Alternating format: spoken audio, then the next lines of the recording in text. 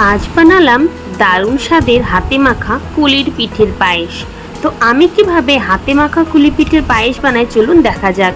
এখানে 3টে নারকেল নিয়ে নিয়েছি, খুব সুন্দর করে ধুয়ে রেখেছি। এইবার নারকেলটা ফাটিয়ে জল বার করে নিলাম। আর এই জলটাও কিন্তু আমি কোনো কাজে লাগাবো, অবশ্যই দেখতে থাকুন, আশা করছি ভালো লাগবে। তারপরে এই দেখুন জলটা ছেঁকে নিয়েছি। আর এবার আমি নারকেলটা খুব সুন্দরভাবে কুড়িয়ে নেব। নারকেলটা পুরো কোড়ানো আমার কমপ্লিট হয়ে গেছে। আর আমি এখানে নিয়েছি 1 কিলো চিনি, একটু এলাচ, আর নিয়েছি ময়দা। তো যতটা পরিমাণ চিনি লাগবে আমি ততটা দেবো এখানে।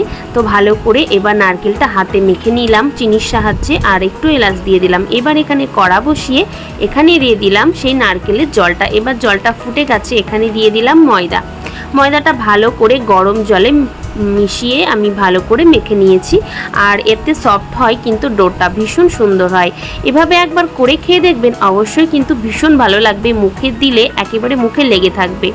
তো তারপর এভাবে খুব সুন্দর করে বাটি বানিয়ে তার মধ্যে এই যে পুর ভরে দিলাম। আর পুর ভরে তারপরে এটা সুন্দর শেপে এই দেখুন আমি খুব সুন্দর করে বানিয়ে নিলাম কুলি পিঠে। এখানে নিয়েছি 1 কিলো আমুল দুধ, আপনারা যে কোনো দুধ দিতে পারেন বা পাউডার দুধও কিন্তু গরম জলে গুলে নিতে পারেন। এবার আমি এর মধ্যে চিনি দিলাম আর একটু এলাচ দিয়েছি। দুধটা ফুটে গেছে, এবার আমি এখানে কুলিগুলো অ্যাড করে দেব। কুলিগুলো ভালো করে একটু ফুটিয়ে নেব। আর এই যে কুলি পিঠে কিন্তু অলমোস্ট রেডি। তো খুব সহজেই খুব তাড়াতাড়ি এই সুন্দর নরম তুলতুলে আর মুখে দিলেই মিলিয়ে যাবে। একবার এই হাতে মাখা কুলি পিঠে বানিয়ে দেখুন, বাড়ির সকলে আপনার ফ্যান হয়ে যাবে। তো আজকের মতো এখানে স্টপ করছি। সবাই ভিডিওটা ভালো লাগলে সাবস্ক্রাইব করে পাশে থাকবেন, লাইক করবেন। Bye bye.